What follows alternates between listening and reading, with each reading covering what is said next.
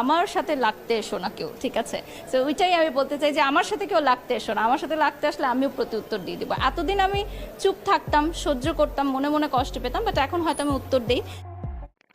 অপু বিশ্বাসকে প্রকাশ্যে হুমকি দিলেন বারিশা হক। বুবলি এখন থেকে বারিশা মডেল।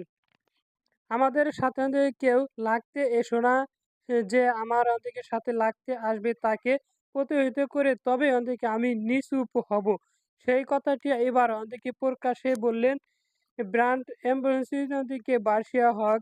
সেখানে সকল প্রশ্নের মাঝে উকি দিয়েছে অপু বিশ্বাসকে দিকটি। অর্থাৎ বুবলিকে কেন্দ্র করে অপুর সাথে তার একটা দ্বন্দ্বের সৃষ্টি হয়েছে।